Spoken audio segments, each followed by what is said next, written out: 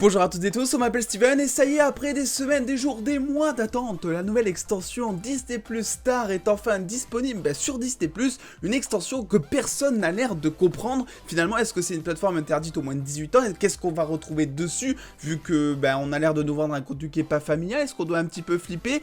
Bref, on va voir tout ça, on va voir à quoi ça ressemble, je vais vous expliquer aussi les détails de l'abonnement. Vous pourrez un petit peu décortiquer cette vidéo, on va dire, en 3 parties, je vous mettrai les timecodes dans la barre de recharge YouTube, on va dire. Donc on va d'abord présenter vite fait la plateforme, à quoi ça ressemble, bon ça va être très bref parce que ça ressemble à toutes les autres extensions Marvel, Pixar, tout ça. On va ensuite finalement décortiquer un peu les abonnements, et enfin ce que je ferai c'est que je vous donnerai mon avis sur Star, mais aussi sur Disney+, voilà, ça fait un petit moment que c'est sorti, et maintenant qu'il y a Star, je trouve que c'est un petit peu l'occasion d'avoir un petit peu un avis un peu plus définitif. Bref, installez-vous confortablement dans cette vidéo dédiée à Disney+, Star et Disney+, let's go!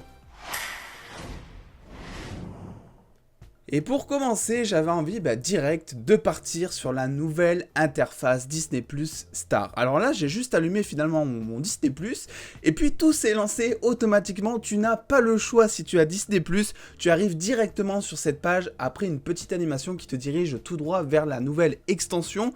Alors qu'est-ce que l'on retrouve là? On n'a pas tellement grand chose à notre connaissance finalement.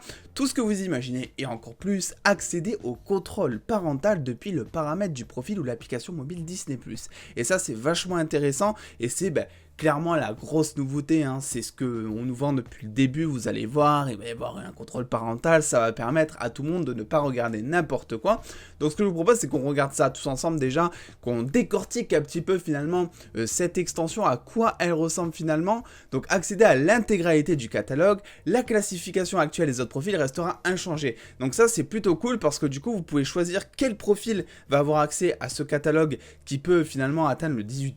Alors je sais pas pourquoi il dit 18+, parce qu'il n'y a pas tellement de films qui sont en 18+, au final c'est à la rigueur du 16, et encore en France c'est assez rare parce qu'on n'a pas la même classification de films et tout au niveau des notes, donc voilà. Donc ce qui est bien c'est par contre on peut choisir le profil, tout ça, et sinon...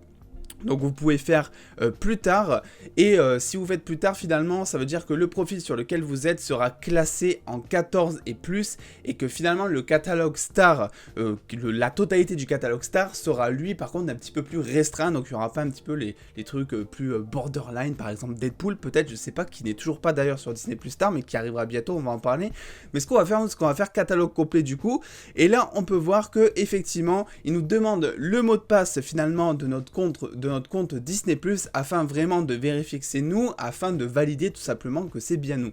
Donc je confirme parce que moi je veux tout, et ensuite ça c'est plutôt cool je trouve, on nous donne accès à un code PIN, ce qui fait que si jamais on choisit d'activer cette option de Disney+ Star de contrôle parental, et ça veut dire que si par exemple, je sais pas, votre enfant ou votre pote ou n'importe qui veut accéder à votre profil pour justement se dire tiens je vais tricher, je sais que lui il a tout ce qu'il faut, il a tout le catalogue vu qu'il a un 18+ sur son profil, et finalement il pourra pas y accéder parce qu'il lui faut le fameux code PIN. Mais moi vu que je m'en bats un peu le coquillard et la chocolatine comme j'aime le dire, je vais faire me le rappeler plus tard, sinon vous entrez un code PIN à 4 chiffres, c'est pas bien compliqué.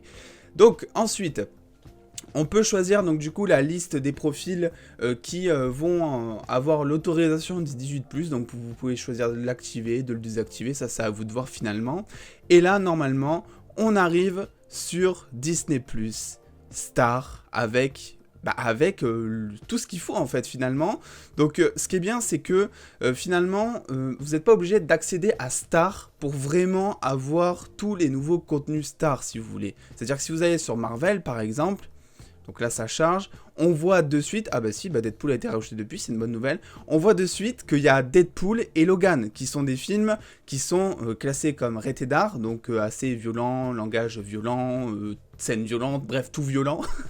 Donc c'est intéressant dans le sens où t'es pas obligé d'aller dans Star, et tu peux quand même, tes films sont quand même classifiés classés par catégorie. Donc moi ça je trouve ça plutôt cool, et en fait c'est juste un peu la nouveauté finalement de Disney+, il n'y a pas énormément de plus, c'est vraiment le contrôle parental qui nous permet finalement d'avoir des films et des programmes en plus, et je vais vous dire un petit peu tout ça après. Après on a cette nouvelle catégorie Star qui est plutôt stylée je trouve, le niveau animation qui finalement répertorie pas mal de programmes qui sont quand même intéressants. Je vois du Futurama qui n'était pas prévu de base, ça n'avait pas été annoncé, American Dad. Il y a énormément de choses qui sont plutôt sympathiques. On n'a plus tellement l'impression de se retrouver finalement sur vraiment quelque chose ancré de Disney. C'est ça qui fait du bien. On a tous les planètes des singes. Alors, tous les films appartiennent plus ou moins à Disney, hein, du coup, c'est pas ça que je veux dire. Mais ce que je veux dire, c'est que finalement, eh ben, on n'a pas l'impression d'être sur un truc hyper familial. Et c'était justement la volonté de la plateforme d'amener un contenu qui n'est pas familial. Et clairement, Logan, Deadpool, iRobot à la rigueur, bref, plein de films, les Aliens, X-Files, enfin bref, il y a vraiment moyen de se régaler, je vous assure. Il y a vraiment pas mal de choses. Et du coup, concernant la liste un petit peu des programmes, je vous ai tout mis en description, dans le lien qui est en description, vous avez toute la liste des programmes. Un programme qui est sujet à évolution quand même, parce qu'ils nous ont dit, voilà, il y a des films, il y a des séries qui vont arriver petit à petit justement sur la plateforme. Donc, à voir ce qu'ils vont mettre, et je vous invite du coup à me suivre sur les réseaux sociaux, et je vous partagerai un petit peu tout ça lorsque ça sera un petit peu d'actualité. Concernant les abonnements, parce que ça c'est un truc, mais personne n'y a rien compris, et c'est bien normal, parce que vu la com qu'ils ont fait dessus Disney ces derniers temps et tout, personne ne comprenait rien, vraiment. Et oui, l'abonnement va augmenter, mais il n'augmente pas au même moment suivant si tu es abonné maintenant ou suivant si tu n'es pas abonné. Par exemple, donc j'ai tout noté, comme ça c'est très clair, on va pas se le cacher. Par exemple, si tu es déjà abonné avant le 23 février, donc avant aujourd'hui, si tu étais déjà abonné, ton abonnement il reste à 6,99 pendant 6 mois et il passera à 8,99 à peu près seulement en août, par là. Donc ça veut dire que voilà, d'ici août, si tu es abonné avant février, le 23 février, donc tu auras toujours ton abonnement qui sera à 6,99, il augmentera pas du tout maintenant et plus tard. Et pareil pour l'abonnement annuel, c'est-à-dire que effectivement, si tu as un abonnement annuel et que tu le renouvelles avant août, voilà, et ben au moment où tu vas le renouveler avant août, il restera à 69,99. Par contre, et c'est là où les gens se font douiller du coup, c'est là où ils ratent un peu le bon plan. Pour ceux qui du coup ne sont pas abonnés avant le 23 février, ben, s'ils décident de s'abonner à partir d'aujourd'hui, ils vont payer directement 8,99 par mois de manière mensuelle. Et pour un abonnement annuel, ils vont payer directement 89,90 €. Oui, sur l'abonnement annuel, ça fait quand même une sacrée différence, même si ben, on s'y retrouve forcément par rapport à l'abonnement mensuel. Concernant les abonnements Canal, vous savez, il y a une certaine offre Canal qui permet d'avoir Disney Plus gratuit à partir d'un abonnement Canal Plus par exemple. Il n'y a pas de précisions qui sont apportées, j'ai regardé pourtant le communiqué de presse de Disney, il n'y a pas de nouvelles. J'ai demandé à Disney, ils nous ont dit de demander à Canal, et Canal m'a dit il n'y a pas de souci. Donc, qui dit pas de nouvelles, dit bonne nouvelle comme on dit. Apparemment, maintenant en tout cas à l'heure actuelle, donc le 23 février 2021 à 9h49 au moment où je tourne cette vidéo, eh bien, vous ne paierez rien du tout en plus si vous avez un abonnement Canal. Voilà, ça c'est pour la petite anecdote, c'est la petite précision, à voir si ça changera, à voir si vous allez recevoir un mail bientôt de la part de Canal qui dit que finalement vous allez devoir payer 2 € en plus par mois ou quelque chose, mais bon, honnêtement ça m'étonnerait, ça serait très bizarre du coup parce qu'ils perdraient énormément de clients au final, donc je pense que ça va pas tellement bouger plus que ça. Donc Disney+, déjà, qu'est-ce que c'est? Parce que depuis tout à l'heure, je vous le montre parce que je me suis dit, ouais, il vaut mieux une image que 1000 mots, comme on dit. Mais sur Disney+ Star, du coup, on va pouvoir retrouver 40 séries, 250 films, 4 productions Star Originals. Tout ça en plus du catalogue présent de Disney+. Et là, ils ont tapé un peu fort, je trouve, parce que mine de rien, il faut quand même se dire quelque chose, c'est que le point faible vraiment de Disney+, c'était qu'il y avait un manque cruel de contenu. En tout cas, moi, c'est ce que je trouve, et c'est là où on arrive sur la partie de mon avis finalement, c'est que Disney+, ils ont énormément progressé. Ils avaient prévu, je crois, 95 millions d'abonnés à partir de 2025. Ils sont déjà à 95 millions d'abonnés, je crois, alors qu'on est en 2021. Donc oui, le confinement a aidé, mais ils sont en pleine croissance, étant donné qu'ils ont ramené des programmes pas nombreux, mais vraiment très mainstream, qui ont attiré énormément de personnes justement, donc ça a très vite fonctionné. Et au final, c'était vraiment le seul point faible finalement de la plateforme, parce qu'au niveau du prix, c'était compétitif, et honnêtement, ça reste compétitif à 8,99. Et ils ont été malins, parce que pour moi, cette version que l'on a telle qu'elle avec Disney Plus Star, c'est pour moi la version qu'on aurait dû avoir à la sortie de Disney. Et ils le savaient, mais c'était fait exprès aussi, je pense. Alors il y avait peut-être des questions de droit, il y avait peut-être des questions comme ça, des films, des trucs qu'ils pouvaient pas avoir de suite, mais je pense qu'avec quand même 250 films, 40 séries, 4 productions, il y a quand même des films qu'ils auraient pu avoir quelques mois en avance et déjà créer finalement cette fameuse extension. Et donc direct mettre le prix de lancement à donc 8,99 par mois. Ils ont été malins, ce qu'ils ont fait, c'est qu'ils ont enlevé une petite extension de Disney+, qui s'appelle donc Star maintenant, qui nous ajoute maintenant, afin que le prix soit plus attractif et que les gens se jettent beaucoup plus dessus, que ça fasse donc une meilleure pub de la série, tout ça. Et ensuite, ils ont donc mis cette fameuse extension Star, qui en soi est juste ce qu'on aurait dû avoir depuis le commencement de Disney+. Par contre, je trouve que personnellement, là, Disney+, ça commence vraiment, mais vraiment à valoir le coup. Je sais pas ce que vous en pensez. Est-ce que vous êtes friand ou pas Disney+, mais c'est vrai qu'il y a beaucoup de personnes qui ne prenaient pas Disney+, étant donné que c'était un contenu qui était ultra familial, et puis ça intéressait pas non plus tout le monde, même si t'es fan du MCU par exemple, d'acheter Disney+, juste pour avoir les films MCU, parce que bien souvent, si t'es fan du MCU, soit tu les as en Blu-ray, soit tu les as obtenus déjà de manière illégale sur un disque dur ou un truc comme ça.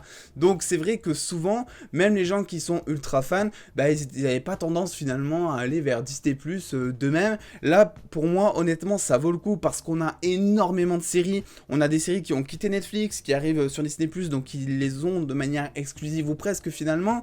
Il y a vraiment énormément de programmes, et il y a énormément de programmes qui va arriver en plus, étant donné que je crois que Disney+, gagne environ 8 milliards de dollars par an, donc il y a 8 milliards de dollars qui arrivent dans leur poche à peu près, grâce aux abonnements, tout ça, et en fait ils ont annoncé que ces 8 milliards à peu près, ils vont les réinjecter, les réinvestir dans du truc exclusif à Disney+, et pas au cinéma, tout ça, non, vraiment sur Disney+. Donc ce qui veut dire que vous avez vu un petit peu toutes les news qu'on a eu concernant les annonces Star Wars, concernant les annonces Disney, Marvel, tout ça, et bien dites-vous que ça peut être ça, mais x3 dans les prochaines années, étant donné qu'ils se sont fait masse fric, et que là avec cette extension qui permet de rajouter du contenu moins familial, et de rajouter du contenu peut-être plus violent par moment justement, et bien ça va ramener énormément de programmes, mais aussi du coup énormément de personnes. En tout cas, c'est mon opinion. Concernant le prix, je trouve que ça reste toujours assez très compétitif. 8,99 par mois en mensuel, c'est vraiment quelque chose, je trouve, qui est dans vraiment la tendance finalement par rapport à Netflix. C'est totalement dans le truc. Alors avant, avant la tendance justement, ils étaient vraiment bon marché avant, ils étaient vraiment très accessibles, ils étaient à 6,99, c'était je crois les moins chers avec Prime Video, là ils passent à 8,99, donc ils s'ancrent un peu plus en concurrence avec Netflix on va dire, mais toujours avec finalement on va dire un programme qui lui est un petit peu moins familial, mais pas non plus ultra ciblé comme Netflix cible avec toutes ces séries finalement pour ados ou des séries comme ça. Là, il y a vraiment un peu de tout et de n'importe quoi, et l'avantage finalement, j'ai envie de vous dire, c'est que le souci ou l'avantage, ça dépend de comment on le voit, l'avantage ou le souci, c'est que Disney, c'est les gros leaders du marché, ceux qui détiennent Pixar, la Fox, Marvel Studios, enfin ils détiennent vraiment principalement presque tous les plus gros studios de production au monde, et du coup, c'est-à-dire que si vous avez mon âge, si vous avez bientôt 24 ans, ça me fait plutôt jeune, et bien effectivement, vous allez avoir des moments de nostalgie parce qu'il y a plein de films et de séries, enfin pas de mon enfance, mais j'ai grandi avec. Je vois Lie to Me qui est une de mes séries préférées, Prison Break, Bounce que j'ai jamais trop aimé mais qui passait tout le temps à la télé quand j'étais plus jeune. Enfin bref, à chaque ligne il y a quelque chose qui va me rappeler un peu de... Rien que d'en parler ça fait chelou. Il y a quelque chose qui va me rappeler un petit peu quelque chose de cool on va dire. Donc je pense que c'est mine de rien une plateforme que l'on va considérer comme familiale, même si elle ne l'est pas. Vous voyez ce que je veux dire? C'est que, par exemple, je sais pas, je prenais l'exemple de Castle, moi je sais que quand j'étais chez ma mère regardait tout le temps Castle, enfin, il n'y a que des trucs comme ça. Voilà, c'est ça que je voulais un petit peu vous dire. Bref, dans tous les cas, je vais pas m'éterniser, vous avez toute la liste des programmes, les 250 films, 40 séries, 4 productions originales, vous avez tout dans le lien qui est en description, ça va vous ramener vers un de mes posts Instagram, et après comme ça vous pourrez checker le Insta, voir si ça vous plaît, et rester potentiellement. Attendez, on n'est pas attractif ici, bordel. Bref, n'hésitez pas à me dire vous ce que vous pensez un petit peu de cette extension. Est-ce que pour vous ça vaut le coup? Est-ce que c'est quelque chose qui peut vous convaincre à prendre Disney+? Sait-on jamais, peut-être que parmi vous il y a des gens qui n'avaient pas Disney+, juste par choix, pas par moyen financier je veux dire, et est-ce que ça peut vraiment vous convaincre d'avoir un abonnement Disney+? N'hésitez pas à me le dire dans tous les cas. N'hésitez pas non plus à lâcher le petit pouce bleu qui fait plaisir. N'hésitez pas à vous abonner en activant la cloche, bien sûr. Et puis en attendant, on se retrouve dès très bientôt. En fait, je vais pas m'éterniser, très bientôt sur la chaîne, comme d'habitude. Prenez soin de vous les dos, faites-vous bien kiffer. Des bisous.